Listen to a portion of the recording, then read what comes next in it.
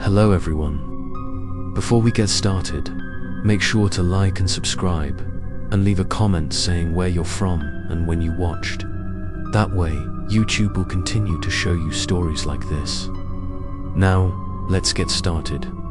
After discovering that my grandfather had been one of the mysterious missing people in this area, I knew I could no longer remain silent.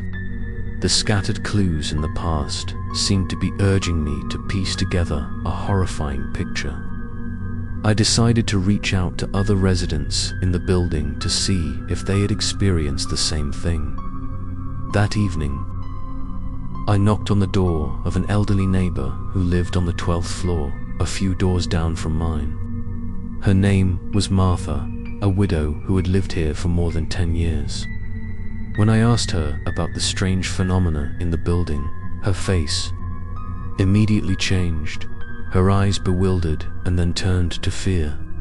She gently pulled me into the room, closed the door tightly and whispered, "You saw him too, right?" That question sent a chill down my spine. I nodded and recounted what I had experienced. Martha listened, her hands trembling as she held her teacup, her eyes always looking towards the window as if she was afraid someone was watching. She said that since moving in, she had heard footsteps in the hallway at midnight, even though she lived alone. Once, she saw the reflection of a man standing right behind her in the bathroom mirror, tall and thin with red eyes. She added that her husband had seen him too. He was so haunted that he couldn't sleep for months. One night, he went out to the garage to smoke a cigarette and never came back. The police concluded that he was missing, but she believed that he had killed him. Her eyes were filled with tears as she said, "He wanted to take everyone one by one, and he wouldn't stop." I was stunned, my heart stopped beating. Her words were so similar to my own experience. Could it be that all the residents here were being watched by him? Martha added tremblingly, "There were strange symbols carved in the garage. I had seen them too, but no one dared to mention them." The more curious someone was, the sooner that person would disappear. Leaving her room, I continued to ask a few other people. A young couple on the 10th floor said that they had heard knocking on the door at 3 a.m. many times. But when they opened it, the hallway was empty. Their young child had cried out because he said there was a strange man standing at the head of the bed, staring at him. They even planned to sell their house and leave, but because the price was too low, they had to stay. The more I listened, the more I realized that I was not alone. This whole building had been haunted by him for a long time, but out of fear, everyone chose to stay silent, endure, and bury the truth to continue living. I couldn't.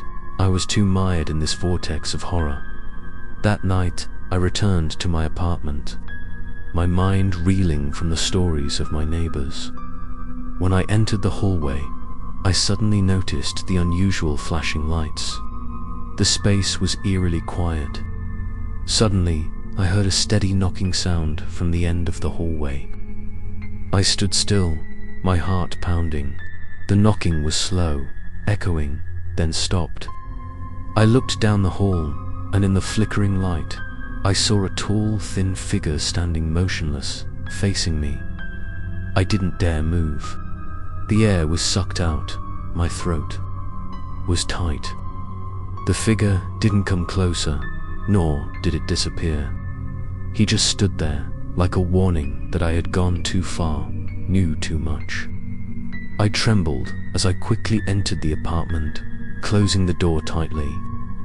My heart about to burst, sitting in the dark, I knew that I had touched the layer of truth that he didn't want to reveal, and perhaps he wouldn't leave me alone any longer. Stay tuned for the next episode to see what happens when I decide to face him directly instead of continuing to run away.